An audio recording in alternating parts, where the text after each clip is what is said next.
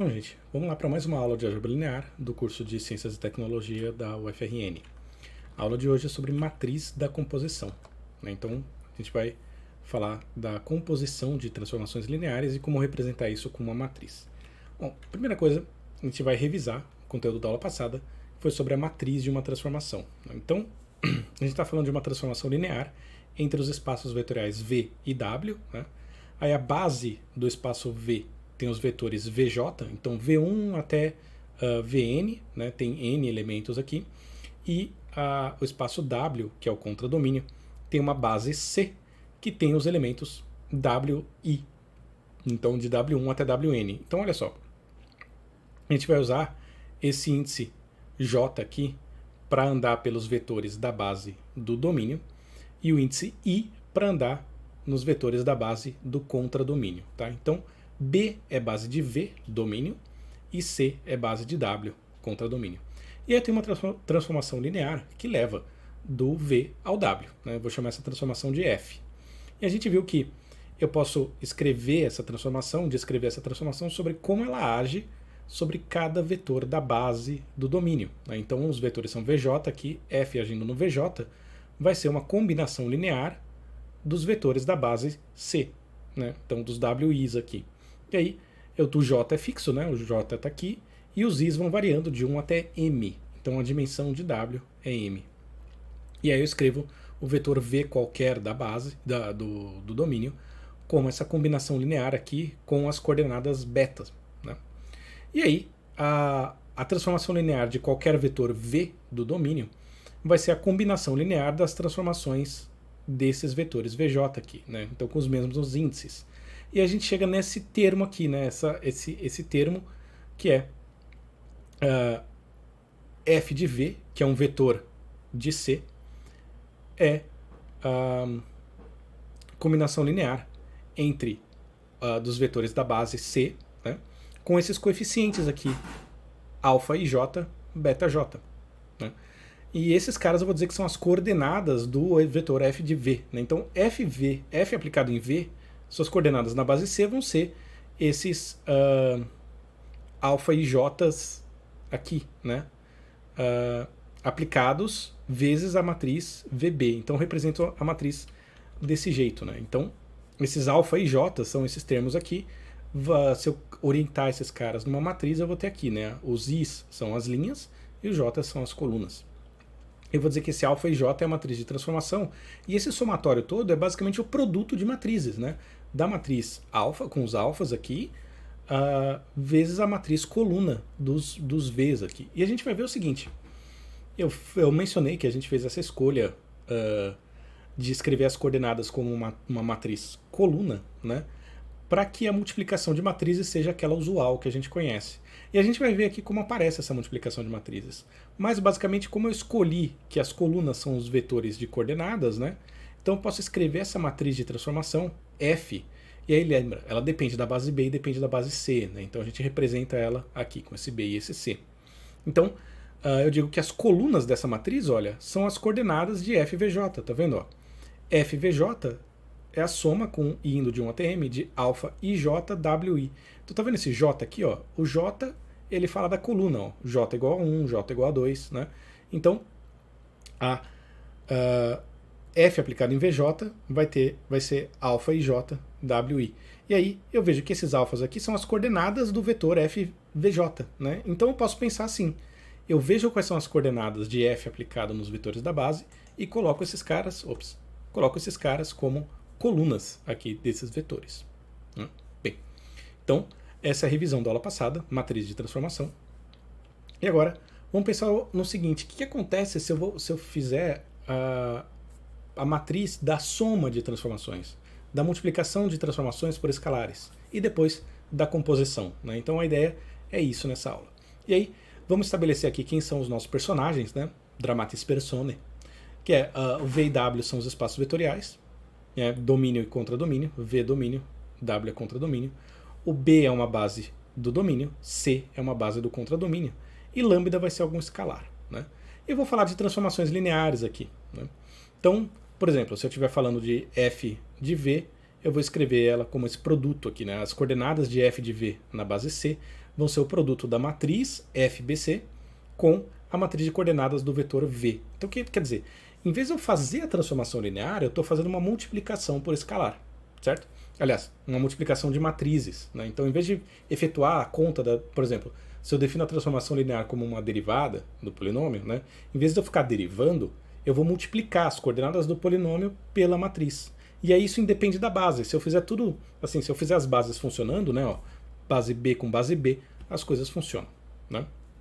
E aí eu transformo qualquer transformação linear numa multiplicação de matriz, que eu já falei, é trivial para o computador fazer. Na verdade, os computadores são fabricados para fazer multiplicações desse tipo, né? Então, eu tenho esses caras aqui, então a matriz da transformação é escrita desse jeito, as coordenadas do vetor do domínio são escritas desse jeito, né? E aí eu estou curioso, o que acontece se eu olhar para a transformação f mais g? Né? Lembra, esse L aqui é um espaço vetorial, então a soma de duas transformações também é uma transformação. E a gente define como o resultado da soma da transformação é a soma dos resultados, né? Então, aqui nesse caso, o que eu estou interessado? Eu quero descobrir a matriz de f mais g, né, de b para c. Da forma que, quando eu aplico f mais g no vetor v, as coordenadas desse cara, na base C, vão ser o produto dessa matriz, que é que eu quero descobrir, vezes as coordenadas do vetor v, né? Claro que na base do espaço vetorial certo. Então, o que eu tenho? Por definição, o que é a adição de uma transformação? O resultado da adição de duas transformações num vetor é a mesma coisa que a soma entre o resultado da transformação f nesse vetor e o resultado da transformação g nesse vetor, né? Então, olha só, esse mais aqui é a adição do espaço vetorial L. Esse mais aqui é a adição do espaço vetorial W, né? Então, essa é a definição da transformação soma, ou da soma das transformações, né? Então, agora eu quero então descobrir as coordenadas desse vetor nesse espaço vetorial.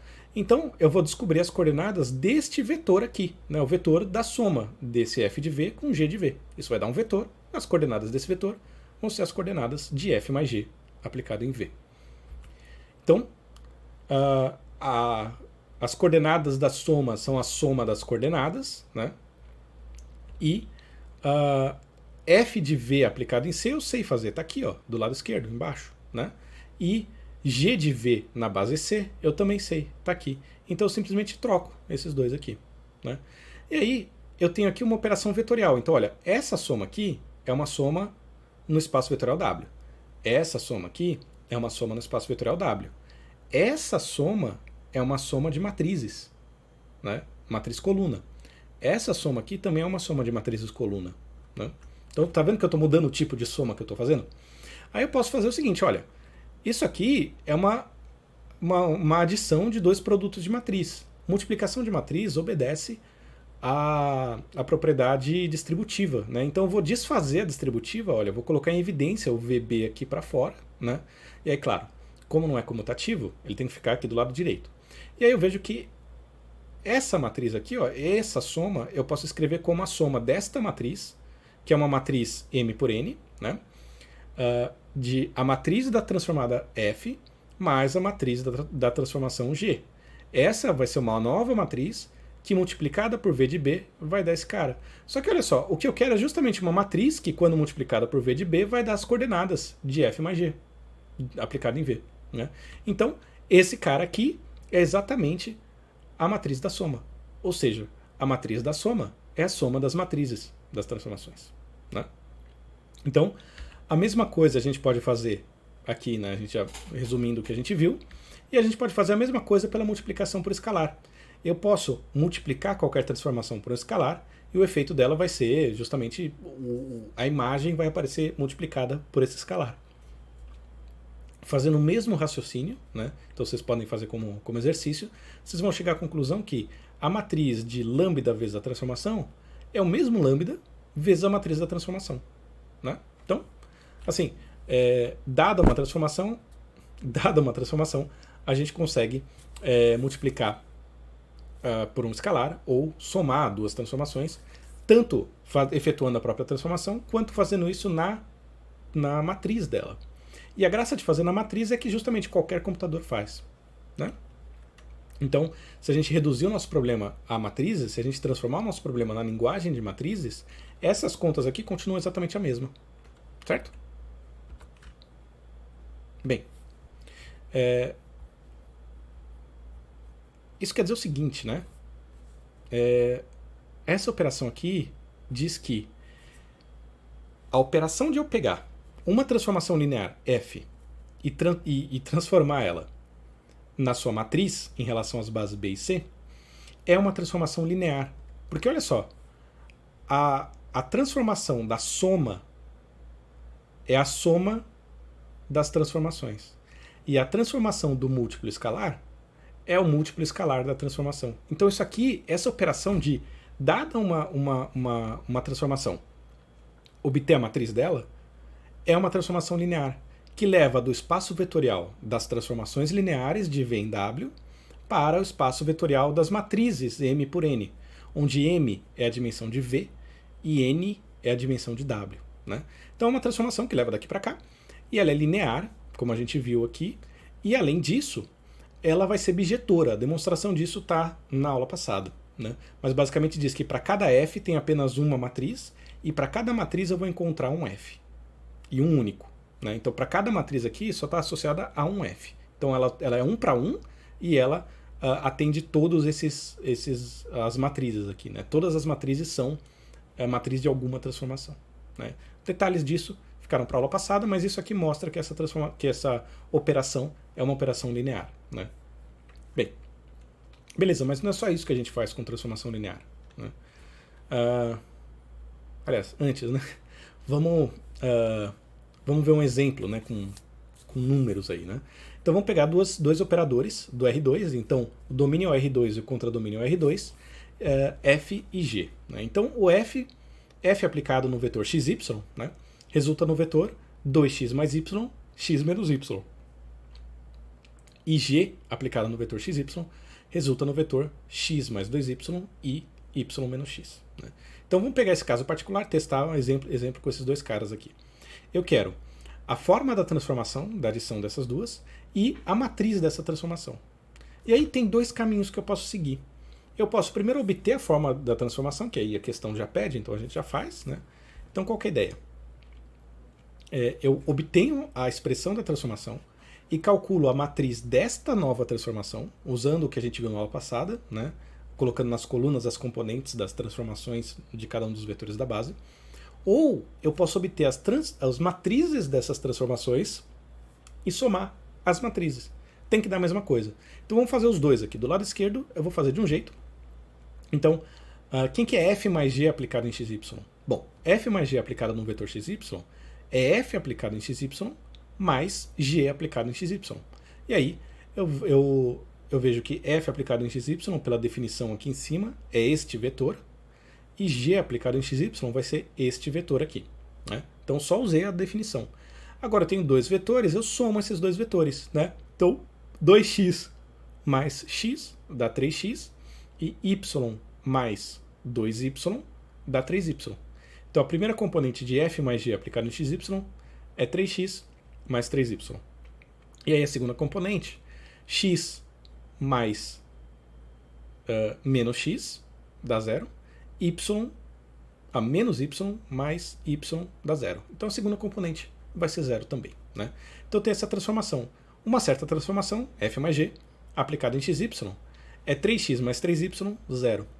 Eu posso descobrir agora a matriz dessa transformação. Então, o que eu faço? Aplico a transformação nos vetores da base canônica que eu pedi aqui. Né? Então lembra, quando eu coloco só um índice aqui na transformação na matriz de uma transformação, quer dizer que tanto o domínio quanto o contradomínio são o mesmo espaço vetorial e eu estou usando a mesma base. Tá? Bom.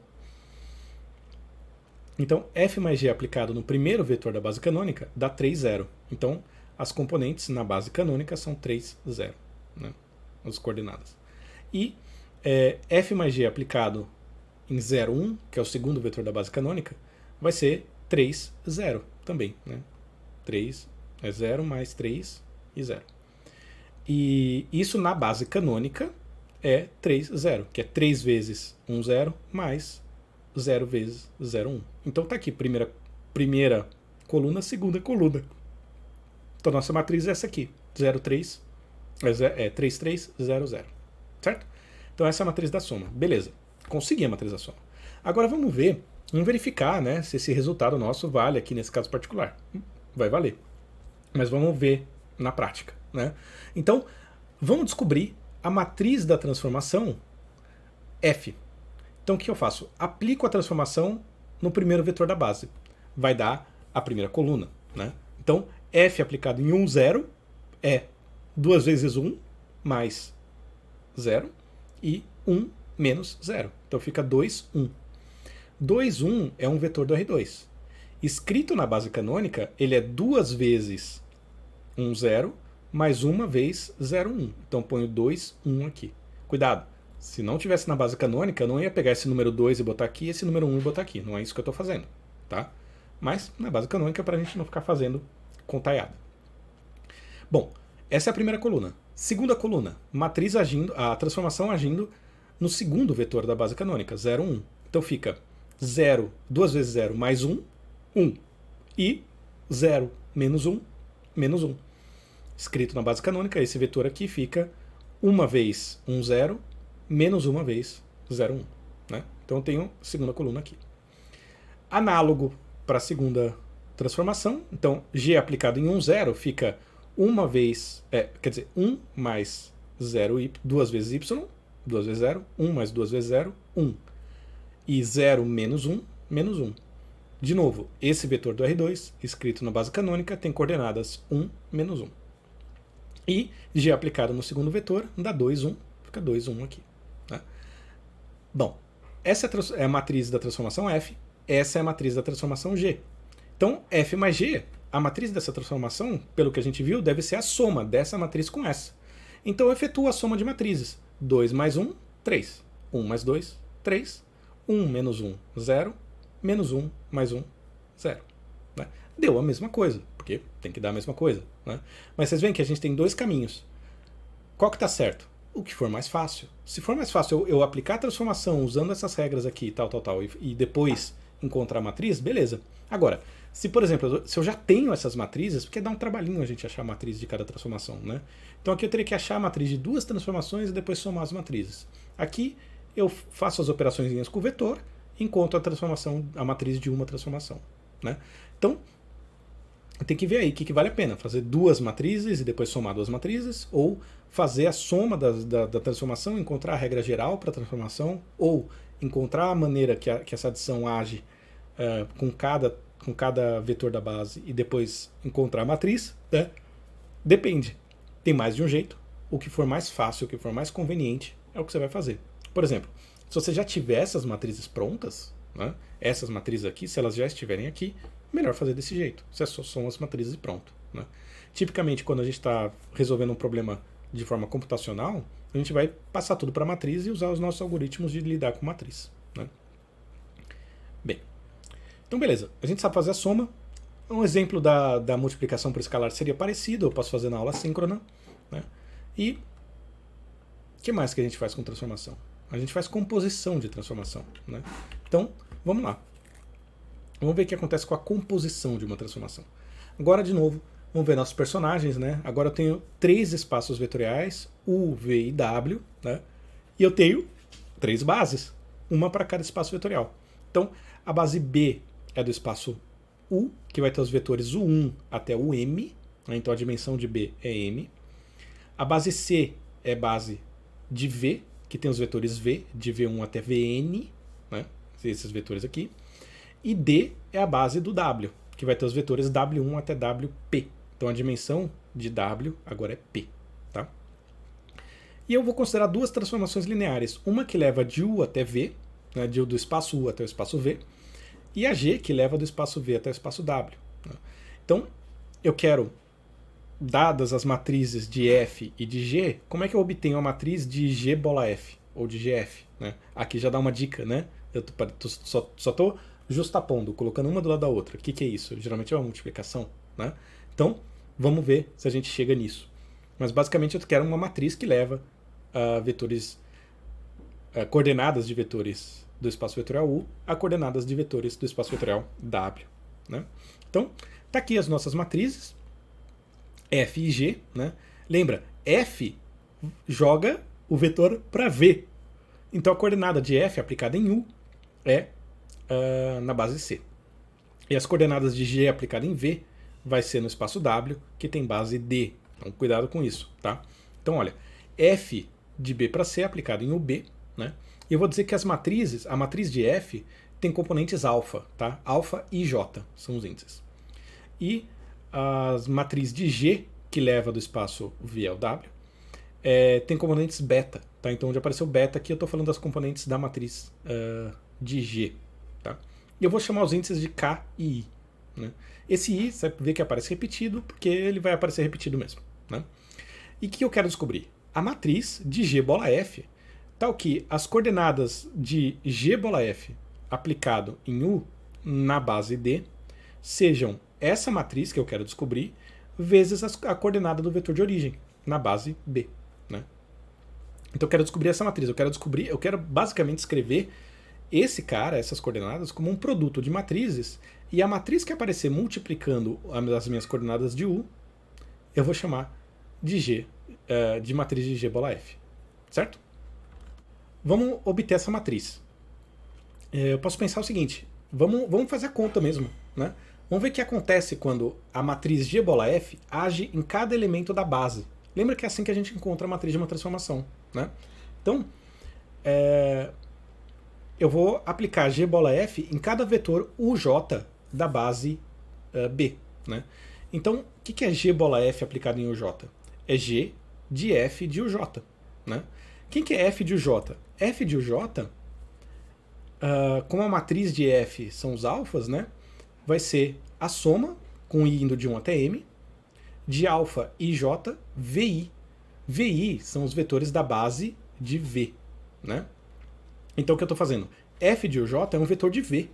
E eu estou escrevendo esse cara como uma combinação linear dos vetores da base C, né? Da base de V. Então, eu só apliquei a matriz aqui. Né? E aí eu tenho essa combinação linear aqui com esses alfas. Agora eu vou aplicar G neste vetor aqui. Só que eu não sei aplicar G nesse vetor necessariamente. Né? Eu sei aplicar G nos VIs. Só que isso aqui é a transformação linear de uma combinação linear.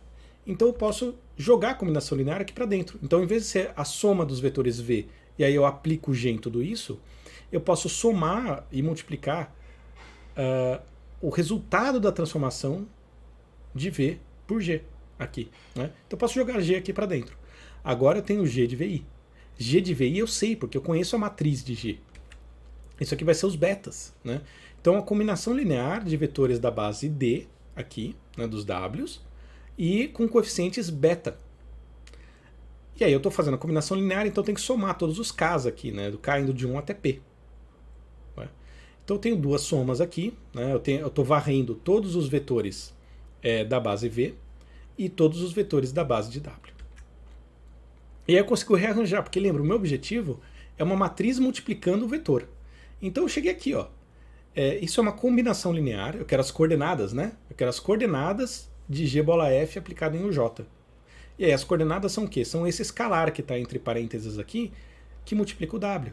É uma combinação linear, esse cara é um escalar, e o W são os vetores da base. E eu estou somando escalar vezes vetor da base, mais escalar vezes vetor da base. Então esses caras aqui são os escalares. Só que pela forma com que eu construo a minha matriz de transformação, né, esse cara aqui é o vetor da base. Né? Esse cara aqui vai ser a coordenada desse vetor. Então eu posso escrever essa coordenada aqui como esses caras aqui. Né? As coordenadas aqui ficam assim. Né? A soma de I com I indo de 1 até M, e olha só o I aqui onde é que ele está no meio, tá vendo? Então, quer dizer, a primeira componente vai ser a soma com I indo de 1 até M de beta 1I alfa I J. Né? E olha o J aqui, é o J, então esse J está fixo. Né? É para o primeiro vetor da base, para o Jésimo vetor da base. Né? Então, esses caras aqui, para cada J, eu vou ter beta 1I alfa IJ, somado, né, em todos os I's aqui de 1 até M. Depois beta 2I alfa IJ, etc. E aqui no final beta PI alfa IJ. Quer dizer, eu tenho P linhas aqui. né? E aí, esse cara aqui vão ser as colunas, né, da minha matriz de transformação. Tá vendo? Ó, G bola F, U1. Né? Então, isso aqui vai ser beta 1, alfa, I1. Né? Beta, P, I, alfa, I1. Né? E aí, a segunda coluna vai ser isso aqui com J igual a 2. A terceira vai ser com J igual a 3, até J igual a N. Então, eu vou ter aqui N colunas. Então, o elemento KJ, tá vendo o K aqui, ó? O KJ. O elemento KJ dessa matriz é essa soma, né? Então, beleza. Tá, agora eu descobri, construí a matriz, eu posso fazer essa soma aqui para todo mundo. E aí você percebe o quê, né?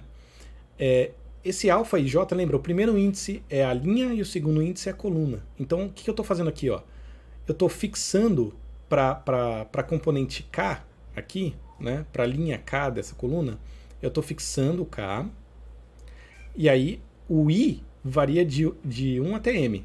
Só que nota que o beta, o K está escolhendo a primeira linha, né? E o I está variando nas colunas, de 1 até M. E aqui o J, ele está pegando o alfa, né? O alfa ele está pegando da linha 1 até a linha M, na Jésima coluna. Né? Ou seja, eu fixei uma linha, fixei uma coluna e estou andando primeiro componente, segundo, terceiro, quarto, estou descendo e fazendo aquela multiplicação que a gente conhece da multiplicação de matriz. É daqui que vem o conceito de multiplicação de matriz. A gente já vai ver como que isso aparece como multiplicação de matriz. Né? Então vamos lá. A matriz G bola F tem esses componentes delta KJ, que para cada K e cada J vão dar essa soma aqui. Né?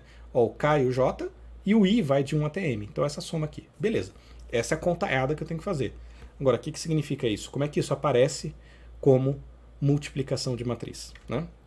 Isso aparece assim. Vamos fazer agora a mesma conta, ó, igualzinho, a mesma conta. G bola F de UJ é igual a G de F de UJ. Só que agora, em vez da gente fazer as componentes, vamos fazer a matriz. Então vamos pegar as coordenadas desse cara. E aí, bom, a coordenada de G bola F aplicada em UJ é a coordenada de G aplicado em F aplicado em UJ. Né? E agora eu vou escrever esse cara aqui. Quem que é isso? Isso é G DC, né, a matriz de G, aplicada nas coordenadas de F e J. Né? Isso é a definição de matriz de transformação. Só que F de UJ nas coordenadas C, essa coordenada desse vetor, F e UJ aqui, né, é também o produto da matriz da transformação F com as coordenadas do vetor UJ. E aí eu cheguei numa expressão que é essa aqui. Eu quero isso, né? Eu quero as coordenadas de G bola F e UJ dadas por alguma coisa multiplicando o J, uma matriz multiplicando o J. E apareceu aqui, né, ó, essa matriz GDC vezes FCB. Essa matriz aqui, esse produto dessas duas matrizes, eu teria que definir o que é um produto de matrizes, mas esse produto aqui vai ser igual à matriz da transformação G bola F BD. Que é o que a gente tinha aqui, né? Então, G bola F BD, essa matriz de transformação, a gente já sabe que são esses deltas aqui definidos com essa soma de produto aqui. Parece um produto escalar, né? Tem gente que diz que isso aqui é um produto escalar entre uma linha e a coluna, né? Então, essa coisa aqui eu vou definir como a matriz, porque eu tenho duas coisas que são iguais, que é a matriz dada por cujos termos, cujos elementos é dada por essa soma, e esse produto dessas matrizes aqui. Né? Então, por definição, a gente chega à conclusão que um produto de duas matrizes tem que ser feito desse jeito. É por isso que o produto de duas matrizes é essa coisa maluca, para poder dar certo no contexto de transformação linear. Né? Então, para que o produto de duas matrizes represente uma sequência de transformações lineares, o produto de matriz tem que ser definido como essa soma desses termos assim. E por que a gente pega a linha da primeira e a coluna da segunda? Porque as nossas coordenadas são dadas em colunas. Se a gente começasse lá do começo, falando que as coordenadas de um vetor são dadas numa matriz linha, em vez da gente fazer o produto, a multiplicação linha da primeira pela coluna da segunda, né, fixa a linha da primeira e fixa a coluna da segunda, a gente ia fazer o contrário. Simplesmente porque a ideia de você ter as coordenadas tá na linha em vez da coluna. Né? Como a gente historicamente decidiu que isso está na coluna, então a multiplicação de matriz é desse jeito. Mas a ideia de eu fazer primeira componente vezes da linha vezes a primeira componente da coluna, e aí depois eu ando na linha e depois ando na coluna e vou multiplicando assim, fazendo como se fosse um produto escalar mesmo, né?